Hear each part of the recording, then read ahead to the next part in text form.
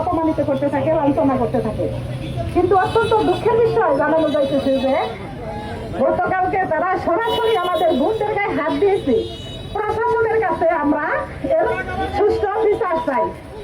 আমরা বাংলাদেশকে গ্রেফতার করে আইনের আওতায় আনুন, না হয় যদি বাংলাদেশে এই গোপালগুলো কোনো দুর্ঘটনা করে পুরো দায়িত্ব কিন্তু আপনাদেরকে নিতে হবে। আসুন আমরা সকলে মিলে গোপালপুরে যে গণজোয়ার সৃষ্টি হয়েছে, আজকে রূপসা থেকে পাথরিয়া, টেকনাফ থেকে তেতুলিয়া, পুরো বাংলাদেশ রাজকাল থেকে নিয়ে সচিবালয় পর্যন্ত শুধু একটি আওয়াজ উঠেছে, সেটা হলো সব দল থেকে এবং জামাত ইসলামী বাংলাদেশ। আগামী দিনে আমরা আলকোহলের বাংলাদেশ